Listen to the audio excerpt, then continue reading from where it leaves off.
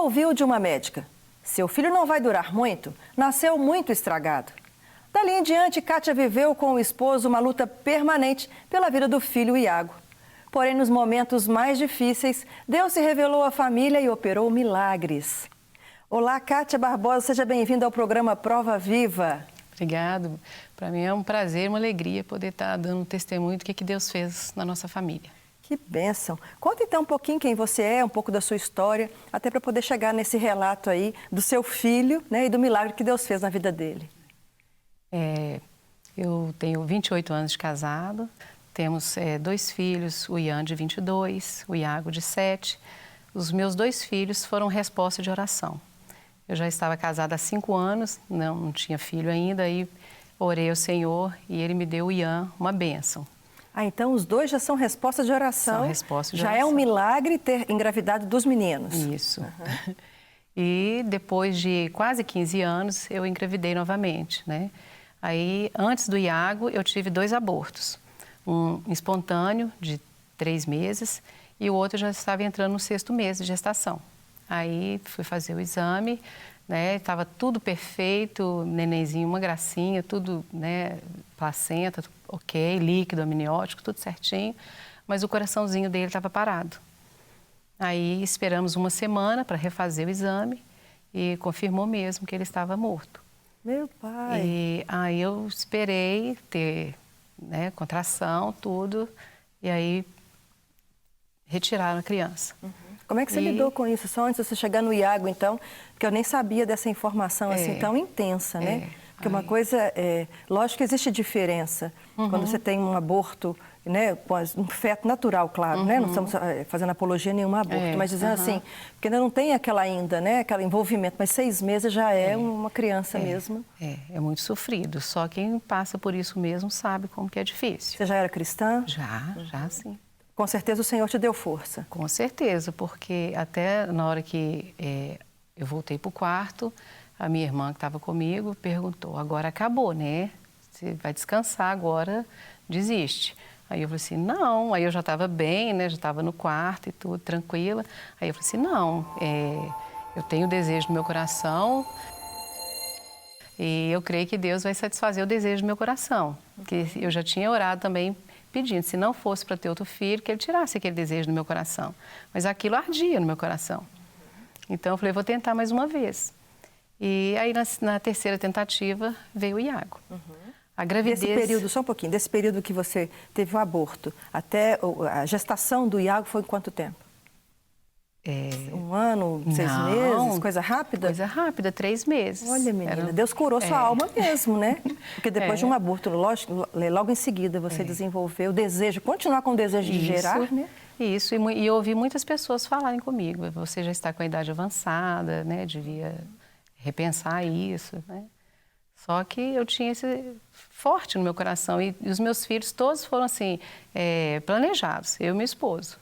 A gente não foi aquela coisa assim, aconteceu, foi planejado, né? Aí quando você ficou grávida do Iago, como é que foi a expectativa? Como é que foi até o medo? Houve medo, ansiedade para que acontecesse alguma coisa ruim? Não, era pura fé ali, vamos... Não, no início eu fiquei com medo, até passar o 3º mês a gente fica com aquela, né, preocupação. Ai, meu Deus, será que agora, né, vai dar certo?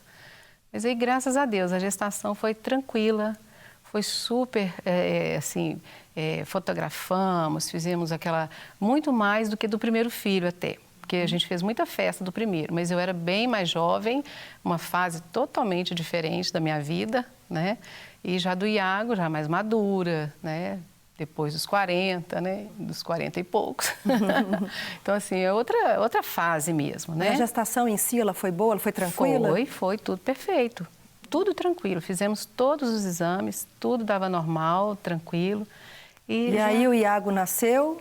Aí já no finalzinho da gestação, mais ou menos assim, eu acho que devia faltar uns 15 dias, porque já era cesárea, né? Então faltavam uns 15 dias e eu quis fazer um ultrassom, porque eu fazia os ultrassons que eles pediam, mas eu fazia o ultrassom da mesma data do meu primeiro filho, para comparar, para mostrar para eles, na mesma idade ali, né, dentro da barriga, como que estava. Aí eu fiz esse ultrassom por minha conta. E aí constatou que os rins estavam dilatados. E nesses 15 dias, aí eu já não dormi mais, nem eu, nem meu esposo. A gente não tinha mais sossego, porque eles falaram, né, cada hora um diagnóstico. E eles falaram, assim que ele nascer, a partir do momento que sair da barriga, começa com antibióticos. E aí a gente vai estudar também para ver o que é o caso dele. E aí, o rim dilatado, não sabia de onde tinha acontecido, desencadeado. Podia ser várias coisas, né? Podia ser a uretra, né? Podia ser algum outro problema renal mesmo, né? Que não apareceu. Nenhum ultrassom mostrou isso. E realmente a ansiedade aí começou a aparecer. Aí apareceu. Foi tudo tão tranquilo para faltar uns 15 dias ser uma coisa assim apavorante, né? Aí, depois que ele nasceu, depois de 10 dias ele fez uma uretrocistografia, que é um contraste pela uretra, sem anestesia, sem nada também, que eu achei uma coisa terrível, né? 10 dias só de vida. E quando saiu o resultado, nós levamos para uma médica. Foi aí quando ela falou, ela viu os exames e falou, nasceu muito estragado, pode ser que viva. Essa expressão, ela usou essa expressão? Desse jeito. É pesado, não é não? Demais, demais. Eu ali, né, depois de uma cesariana, inchada ainda, com dores, né? E aí meu esposo na hora perguntou, qual a expectativa? Aí ela falou assim, só se tiver um anjo de guarda muito forte, outra expressão que ela usou. Aí o meu esposo pediu que eu embrulhasse o Iago, que ele estava desenroladinho, né? Aí eu peguei ele, embrulhei, e ele levantou e falou assim, olha, ele tem um Deus forte. E nós saímos dali. E dali nós procuramos outros médicos. No diagnóstico dela, essa palavra estragado significaria que não viveria, que não teria chance, é isso? Muito danificado. Que na verdade ele nasceu com um refluxo urinário grau 5, né? E mais uns agravantes, que só mais para frente que foi descoberto também, né? E aí com 30 dias de nascido, ele parou de urinar de vez. Eu liguei para o meu esposo, ele veio para casa, nós fomos para o hospital e o Iago já estava com bexigoma, uma barriga enorme, que não urinava nada, nenhuma gotinha. Chegando lá, eles passaram sonda, né? E ele, cada vez que passava a sonda, ele deitadinho na maca, ele olhava para mim, era como se ele estivesse assim, pedindo, o olhinho dele falava, me tira daqui, me tira, me ajuda. Assim, terrível, terrível mesmo, de ver aquela situação dele. Então, eles tentaram de tudo, mas não saía nada. E isso foi ficando à noite, foi chegando à madrugada. E já de madrugada, todo mundo, assim, até no bloco lá mesmo, as pessoas ficavam, meu Deus, o que a gente faz, né, com o menino? Tem que esperar o dia amanhecer para fazer um ultrassom, para ver o que é. Aí, nisso, apareceu um rapaz. Aí ele falou, pai, mãe, vem aqui. Eu posso fazer o ultrassom dele ali agora, a gente vê o que ele tem, mas eu só posso usar a sala e os instrumentos, mas eu não posso imprimir nada, não posso fazer laudo nenhum. Aí nós fomos para essa sala, é como se eu estivesse até vendo agora o corredor. Ele abriu, acendeu as luzes, colocou o Iago, e, né, sem roupa, fez o ultrassom e aí suor escorria nele assim. Em quem? No rapaz. No rapaz. Aí ele falou assim, olha, pai e mãe, vocês têm que tirar ele daqui urgente e levar para outro hospital, porque o caso é muito grave. Se ele ficar aqui, ele não vai sobreviver. Aí nós até desesperamos, que como que a gente ia tirar dali, né? Aí ele pegou um pequeno papelzinho assim, fez um laudo ali, naquele papelzinho, é desse tamanhozinho assim mesmo. Eu tenho até guardado. E nós levamos na recepção, aí eles falaram, mas quem é que fez esse laudo? Aí nós falamos, Tiago. Aí eles procuraram o Tiago, ele não apareceu. Aí procurou, ninguém sabia quem era esse Tiago. Sério? Ninguém sabia. E até hoje, porque nós até procuramos algumas vezes depois, mas ninguém sabia e nós resolvemos até não ficar procurando mais. Porque até mesmo, né, já tinha sido até transferido de hospital.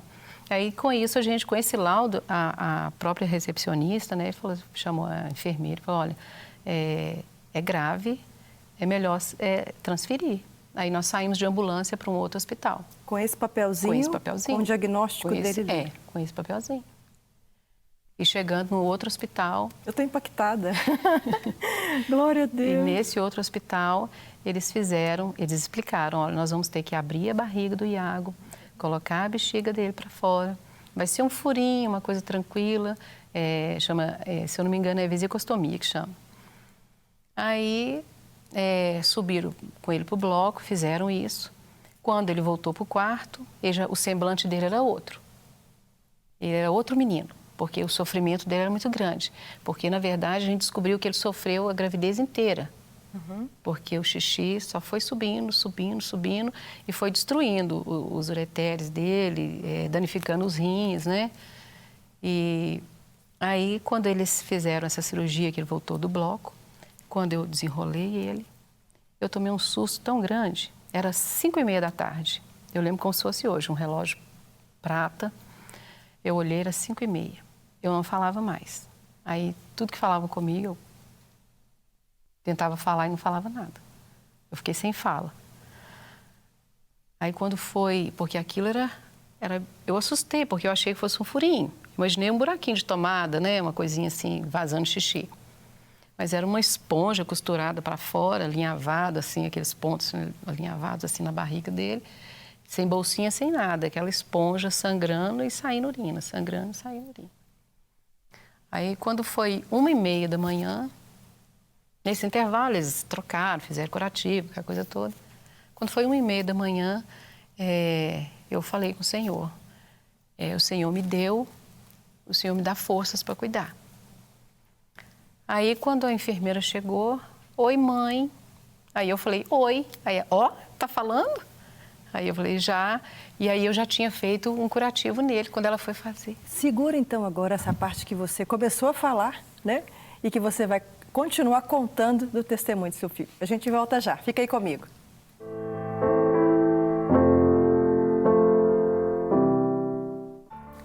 Os milagres de um Deus vivo frente à dor e impotência de uma mãe que intercede diante a grave doença de um filho. É o que resume o testemunho de Kátia Barbosa, a prova viva de hoje. Continue comigo conhecendo este lindo testemunho. Kátia, você parou então, só voltando um pouquinho, quando você olha seu filho, você fica até sem voz, sem fala, diante daquilo que haviam feito na cirurgia com ele. E você clama ao Senhor, então continue a partir daí, por favor. Aí eu pedi a Deus que me desse forças para poder cuidar dele, né? E quando ele recebeu alta, eles perguntaram, vocês têm algum ajudante, enfermeiro para poder acompanhar? Né? Porque ele não vai poder tomar banho de banheira nunca, né? Tem que ser banho suspenso. Aí eu falei, não, por enquanto não.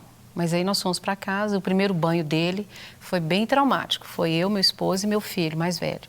Né? Nós ligamos o chuveiro, seguramos ele assim, ele, né, tremia, porque estava suspenso, né?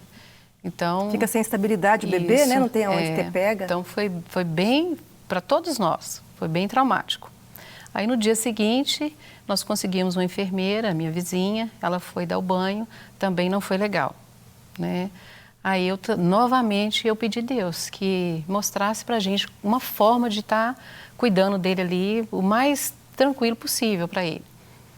Aí conversei com meu esposo, ele pegou a banheira, abriu, né? Ela já tem um furinho, mas abriu um furo maior e esterilizamos o chuveirinho. E ali eu colocava ele assim, vou fazer igual eu fazia mesmo, colocava ele entre os dentes e aí eu podia segurar porque a água ia direto, a água corrente. Então, mesmo com o chuveirinho na boca assim, soltei a ponta para a água, né, correr livre.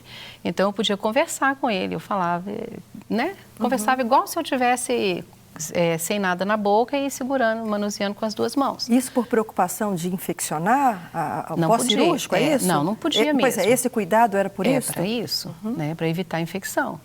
Enquanto ele estivesse com a bexiga para fora, teria que ser assim o banho, sem ser de banheira cheia. Sim. Né? Então, para ele ficar seguro, tranquilo, eu fazia isso. E deu certo. E ele ficou sem infecção muito tempo, porque isso durou, essa bexiga para fora. A previsão era para, com 5 anos de idade, ele fazer a definitiva. Ele ficou até os 5 anos de idade? Não, a previsão era para 5 anos. Só que, a partir dos 2 anos, nós ficávamos mais no hospital do que em casa. Porque era 10 dias, 15 dias, 20 dias. 7 dias, internado com infecções. Aí piorou tanto que eles falaram, olha, com 2 anos e meio eles falaram, agora nós temos que fazer a definitiva, porque nenhuma infecção que ele tem é de fora para dentro. Toda infecção que ele tem é de dentro para fora. É alguma coisa que está dentro dele que está fazendo. Né? Então eles colocaram uma câmera dentro da bexiga e foi passear com essa câmera lá dentro para ver o que era. Isso ele tinha? 2 anos e meio. Aí eles viram que ele tinha além de ter o refluxo urinário, ele tinha 2 divertículos na bexiga. Na verdade, apareceu na câmera um só. Então, os ureteres caíam lá dentro era cheio de xixi, desde da barriga, da gestação, tudo acumulado ali. Então, ali tinha tudo quanto é tipo de bactéria que você imaginar, tinha ali. Então, elas começaram a sair, é onde ele ficava muito ruim. Então, eles marcaram a cirurgia definitiva. E essa cirurgia, eu tenho para mim que ela durou mais de 10 horas. Né? E nesse meio tempo, eu até havia feito um propósito com Deus. Se ele curasse meu filho, que eu ia dar o testemunho dele. Uhum. E aí, quando terminou a cirurgia, nós fomos chamados. Eles tinham diminuído os ureteres dele, tirado a bexiga dele, aberto ela toda. Aí eles descobriram que além de um divertículo, tinha mais outro, que não aparecia na imagem. Então eles refizeram toda a bexiga dele, ela é toda costurada, diminuiu esses ureteres, religou nos rins e na bexiga novamente, né? Aí fechou, ele ficou com dreno em vários lugares do corpinho, né? E se não bastasse, quando ele chegou no quarto, ele estava com a cabeça enorme.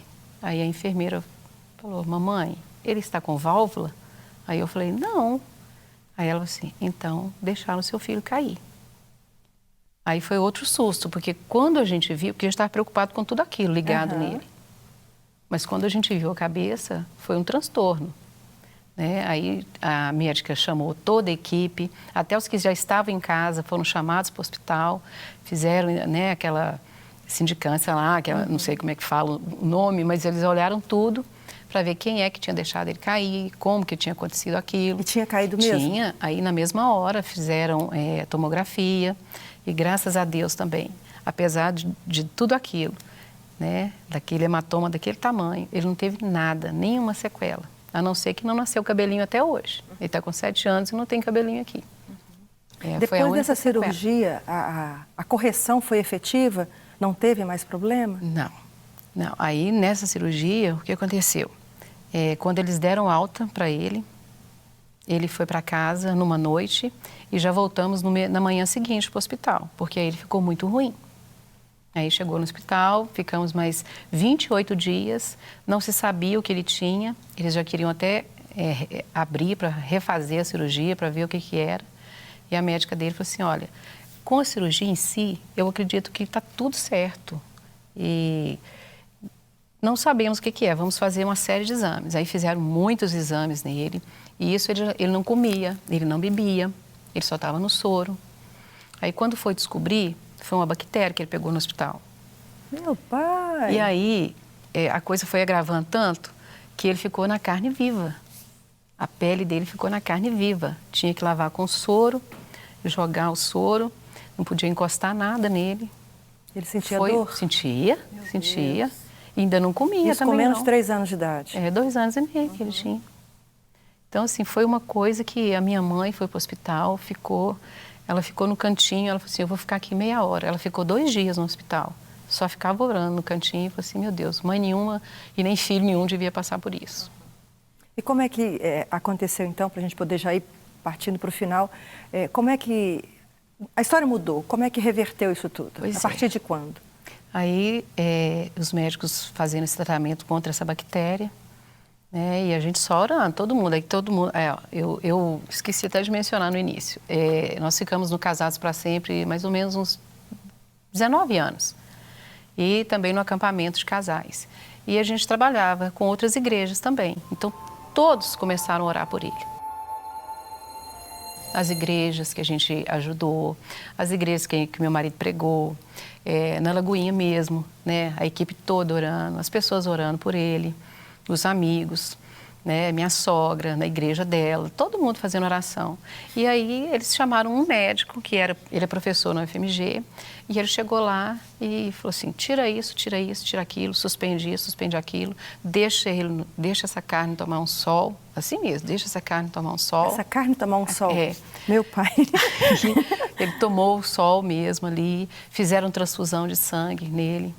E aí ele começou a recuperar. Graças a Deus ele foi recuperando. E hoje ele é um menino maravilhoso, né? Porque meu filho é fofo demais. Está com 7 anos, que você falou. 7 anos. E desse período, então, dos 2 anos e meio, ele foi recuperando. Em quanto tempo ele estava realmente sadio, aparentemente também? Com 3 anos, ninguém falava que ele tinha tido nada. Sério? É. Ele ficou com algumas marcas, assim, não né, nas nádegas, né, um pouquinho, mas assim, praticamente é só uma sombra, né, ele não tem nada. Olha, perfeito. Eu fiquei muito curiosa para poder saber desse Tiago que fez essa ultrassom, né? Foi ultrassom, foi que você falou? Que não existia no hospital, que ninguém achou. A quem você reportou ser ele? Olha, eu, assim, igual eu comento com algumas pessoas, eu não sou uma pessoa, assim, extremamente espiritualizada, né, que fala, foi o anjo que veio e fez. Mas eu acredito, sim, que ele é um anjo, porque nós procuramos por ele, não encontramos, né? Lá no hospital eles falaram, aqui não se faz ultrassom, assim, de madrugada, não se faz sem agendamento, né, sem pedido, não faz isso. Então, o meu filho está vivo, é claro que é Deus, eu acredito que foi Deus mesmo que usou esse rapaz, né, e eu atribuo mesmo um anjo. Deus usou esse anjo para estar descobrindo ali o que o Iago tinha, porque ele, mesmo ali naquele hospital, ninguém sabia e não conseguia tirar nenhuma gota de urina dele, para poder aliviar a dor dele. Não, é tanto Deus nesse Tiago que apareceu, quanto um hospital recebeu um paciente com um diagnóstico num pedaço de papel. Né? Sendo um encaminhamento de um hospital para outro num pedaço de papel. Isso é porque Deus queria mesmo que o Iago vivesse. Isso. Você crê nisso? Eu creio porque quando ele caiu também no hospital, é claro que todos nós nascemos com um propósito. Né? Todo mundo que está aqui tem um propósito. Né? E eu acredito que realmente Deus tem um propósito muito grande na vida do Iago. E em momento algum de todas as internações dele, nós temos todos os registros dos médicos, enfermeiros. Meu marido chegava no hospital para fazer a visita, porque eu não saía do hospital nem um dia sequer. Todas as internações dele, eu não saía 1 minuto sequer do quarto. E todas as pessoas falavam, que menino alegre. Que menino feliz, cheio de coisa ligado nele, e era um movimento no hospital. Era gente da enfermagem, da equipe médica, era faxineiro, todo mundo queria conhecer o menino do 303. Glória a Deus. Porque ele era um menino alegre. Kátia, muito obrigada por trazer o testemunho, né? Que o Iago tenha muitos anos de vida mesmo, com saúde, e que testemunhe do poder de Deus por onde ele passar. Parabéns pela perseverança em crer que o Senhor pode. Deus abençoe você e sua família. Amém, obrigada. Mateus 2,13. E tendo ele se retirado, eis que o anjo do Senhor apareceu a José num sonho, dizendo, levanta-te e toma o menino e sua mãe e foge para o Egito, e demora-te lá até que eu te diga, porque Herodes há de procurar o menino para o matar. Se existe alguém que deve buscar o propósito para o qual foi criado, é no mínimo a pessoa que foi desenganada pelos médicos, que sua história confrontou a medicina e que nela não encontraram provas para a sua cura. Para os céticos, a classificação que eles dão a pessoas assim é, ainda não chegou a hora de morrer. Mas para os crentes em Jesus, o nome que se dá é milagre, graça divina. Deus usa situações, anjos, sonhos para alertar e guardar as pessoas de não morrerem, sem que antes cumpram o propósito para o qual foram chamadas. Temos histórias tanto no Antigo Testamento como no Novo, que relatam anjos aparecendo aos homens e mulheres de Deus. Esses anjos apareceram para anunciar nascimentos, revelar livramentos, avisaram sobre estratégias de ação ao povo de Deus contra os seus inimigos, bem como instrução de cuidado e zelo com o próprio corpo para os que foram convocados para servirem a Deus com suas próprias vidas. O Senhor usa de várias formas para instruir seus filhos e dar a eles o tratamento de suas enfermidades, dar o alento. No nosso caminho, várias pessoas já passaram e deixaram suas marcas por terem sido como anjos para nós. Já podemos até ter recebido homens em nossas casas e comunidades e que eram anjos de verdade e nem sabíamos. Mas se Deus usou até anjos para nos ajudar na condução da cura, para fugir da morte, então por que Deus não curou antes? Porque Ele quis fazer dessa maneira. Com a atitude de usar anjos, é bem provável que você, no percurso da espera pela cura da medicina, da aplicação da ciência com seus recursos para reverter a doença ou até diante da iminência da morte, a sua fé em Jesus foi praticada. No tempo hábil e providencial, a ação de Deus trouxe o escape, revelou as ferramentas e as pessoas utilizadas por Ele para auxiliar, e as beneficiadas se tornaram testemunhas oculares dos milagres que foram gerados em suas próprias vidas. Então, não se trata apenas de receber uma cura ou um livramento de morte, mas de praticar a fé, de clamar e confessar a nossa incapacidade, mas o total poder de Deus, além da gratidão, que é gerada nos corações daqueles que foram curados para tamanha misericórdia e bondade de Deus. Independente se foi anjo ou alguém que agiu como um, pode ter certeza que todos eles e para todos eles houve um comando de Deus. Aguardo você aqui comigo na próxima semana para mais um Prova Viva. Não quer ficar um segundo por fora da nossa programação? Agora você pode nos acompanhar através das plataformas digitais. Não perca tempo. Acesse, curta e siga-nos. Fique por dentro de tudo o que acontece por aqui. Rede Super, inspirando você.